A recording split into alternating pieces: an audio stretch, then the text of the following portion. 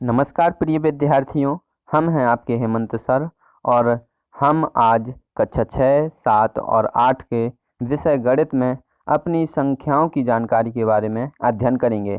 तो हमारी पहली परिभाषा है प्राकृतिक संख्याएं।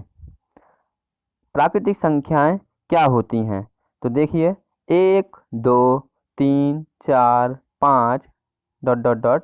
अनंत तक की संख्याएं, अर्थात किन्हीं वस्तुओं की संख्या ज्ञात करने के लिए हम जिन संख्याओं का प्रयोग करते हैं वो प्राकृतिक संख्याएं कहलाती हैं।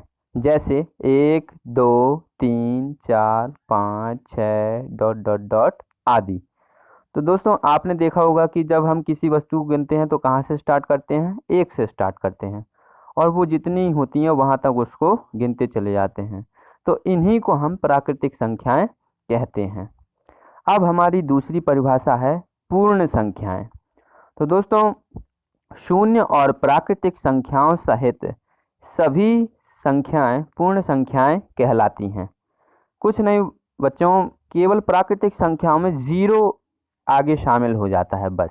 तो देखिए शून्य और प्राकृतिक संख्याओं सहित सभी संख्याएं पूर्ण संख्याएं कहलाती हैं। जैसे 0, 1, 2, 3, 4, 5, 6 ... आदि। अगली परिभाषा है दोस्तों पूर्णांक संख्याएं।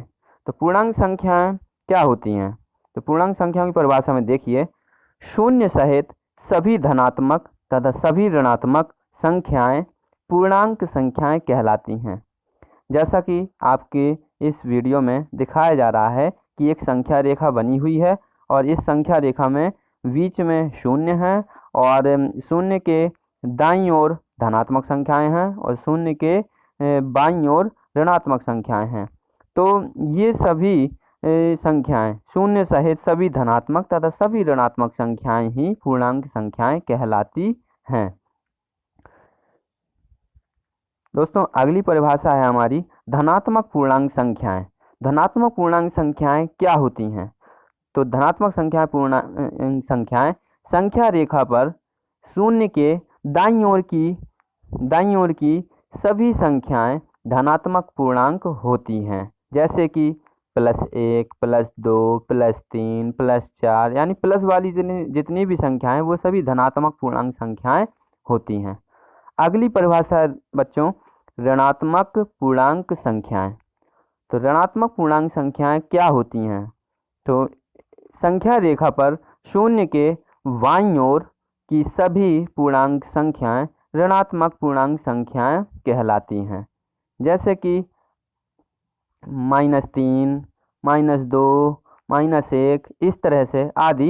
ये सभी माइनस वाली संख्याएं ही ऋणात्मक पूर्णांक संख्याएं कहलाती हैं जो शून्य के बाईं ओर होती हैं। अगली परिभाषा है बच्चों हमारी अभाज्य संख्याएं।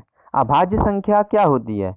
तो अभाज्य संख्याएं वे संख्याएं होती हैं जिनके केवल 2 गुणनखंड होते हैं। जिनके केवल 2 गुणनखंड होते हैं, अर्थात जिनमें केवल 2 संख्याओं से भाग जाता है और वो 2 संख्याएं होती हैं पहली वो स्वयं पूर्णांक संख्या और दूसरी 1। अर्थात जैसे हम कहें कि 3 एक अभाज्य संख्या है या नहीं, तो दोस्तों इसमें किस किस संख्या का भाग जाता है? 3 का और 1 का। इसलिए 3 के केवल 2 ही गुणनखंड हुए। तो इस प्रकार 3 हमारी अभाज्य संख्या होगी। इसी प्रकार प्रिय विद्यार्थियों 5, 7, 11, 13 ये सभी अभाज्य संख्याएं हैं क्योंकि इनके केवल 2 ही गुणनखंड हैं। जैसा कि 5 में केवल 5 का भाग जाता है और 1 का भाग जाता है। इसके अलावा किसी और संख्या का भाग नहीं जाता है। तो ये 5 हमारी एक अभाज्य संख्या होगी। इसी प्रकार अन्य। तो दोस्तों ये आपकी क्लास आज यहीं पे समाप्त होती है। और बच्चों यदि ये क्लास आपको अच्छे से समझ में आई हो तो प्लीज़ इसे लाइक, शेयर और सब्सक्राइब ज़रूर करें। Thank you so much.